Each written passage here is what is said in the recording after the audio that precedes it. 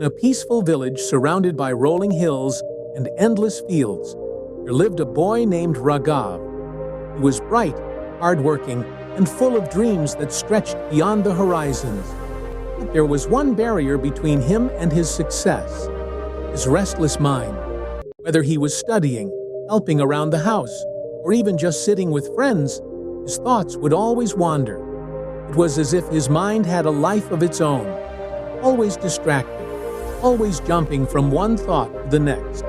His parents, teachers, and even his friends often told him, "Raghav, focus, you're wasting time." But despite his best efforts, his mind refused to cooperate. He'd sit at his desk with his books open, determined to study, only to find himself thinking about things he didn't want to. Past mistakes, future worries, or just random thoughts that had no connection to his work. It was like he was always fighting against his own mind. One day, things reached a breaking point. It was exam time. Raghav entered the exam hall, filled with a mixture of anxiety and determination. He had studied hard. He thought he was ready. But as soon as he looked down at the question paper, something terrifying happened. His mind froze. Not because he didn't know the answers, but because his thoughts scattered like dust in the wind. While everyone around him was writing quickly, Raghav sat motionless, unable to focus. It was as if his mind was a storm, and he was just a helpless observer. By the time the exam ended, the sheet was nearly blank. When the results came out, he had failed in 2 subjects. His teachers were disappointed. His friends felt sorry for him, and his parents were heartbroken. That evening, Raghav sat alone in his room, staring at the floor. He wasn't angry, he was defeated. He knew he had the knowledge, the intelligence, but he was losing the battle against his own mind. Just then, his grandfather entered the room. The old man had lived many years and seen much of life's struggles. He could see the storm in Raghav's eyes and sat down next to him. "What's troubling you, my boy?" he asked gently. Raghav looked up, his voice shaking. "Grandpa, I try so hard to focus. My mind just doesn't listen. It wanders off to thoughts I don't even want. I feel trapped inside my own head." His grandfather smiled softly, understanding the pain in his grandson's words. "Come with me," he said.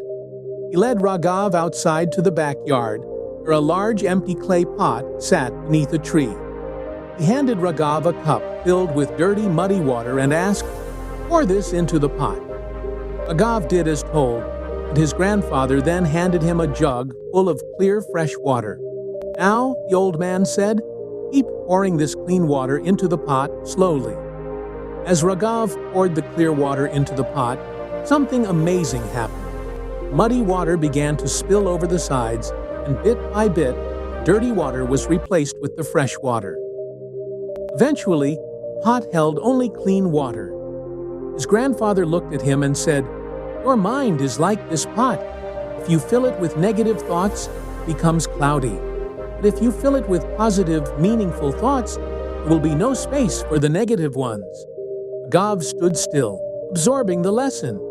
"But how do I do that, Grandpa?" he asked. "How do I replace these thoughts that take over my mind?"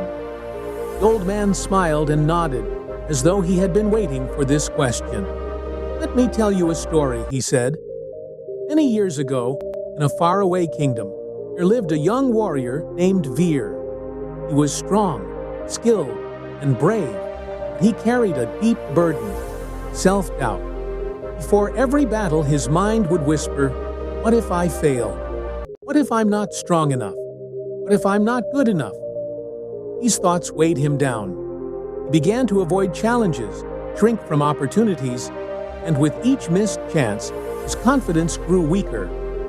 One day, while sitting under a tree, lost in his thoughts, Veer was approached by an old monk. The monk sat beside him and asked, "What troubles you, warrior?" Veer shared his worries. "I feel like my thoughts are my greatest enemy. They defeat me before the battle even begins." The monk sat in silence for a moment and then handed Veer a small cup filled with water and a pinch of salt. "Drink this Monk said. Fear drank, and immediately he spit it out. Water was unbearably salty. Monk then led him to a large lake and said, "Now, drop the same salt into this lake and drink from it." Fear followed the monk's instructions and drank from the lake. This time, the water was clear and refreshing, no trace of the salt. Monk smiled and said, "Salt was the same." But when your mind is small, even a little negativity can poison it. If your mind is vast, like this lake, no amount of negativity can shake you. That moment changed Veer. He stopped shrinking his world with fear and doubt and began to expand it with courage and action. He trained harder, faced his fears head-on, and rose to become one of the greatest warriors of his time. As the story ended, Raghav sat still, feeling the lesson sink deep into his heart. "I've been making my mind too small," he whispered. "That's why every little negative thought takes over so easily. I need to change how I think." His grandfather smiled proudly. "Exactly. Your mind is powerful. If you don't guide it, it will guide you, usually to the wrong places. But if you learn to train it, it will take you to places of greatness." That night, Raghav made a quiet promise to himself. He would train his mind just as he would train his body. He started with small steps, waking up early, practicing meditation, journaling his thoughts, and reading inspiring books. Whenever a negative or useless thought entered his mind, he gently replaced it with a positive one. Days turned into weeks. His concentration improved. His thoughts became clearer.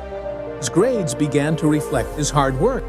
Most importantly, Raghav was transforming into a person with a stronger, more disciplined mind. By the time his next exams arrived, Raghav topped his class. Years later, he became a respected scientist, known not only for his intelligence, but for his calm and focused mind. Whenever someone asked him, "How did you overcome your wandering thoughts?" Raghav would smile and share the lesson he had learned. Your mind is like a pot. Fill it with good thoughts, and there will be no room for the bad ones. Mind is like water. It takes the shape of what you pour into it. Or in fear, and you'll drown. Or in focus and purpose, and you'll rise.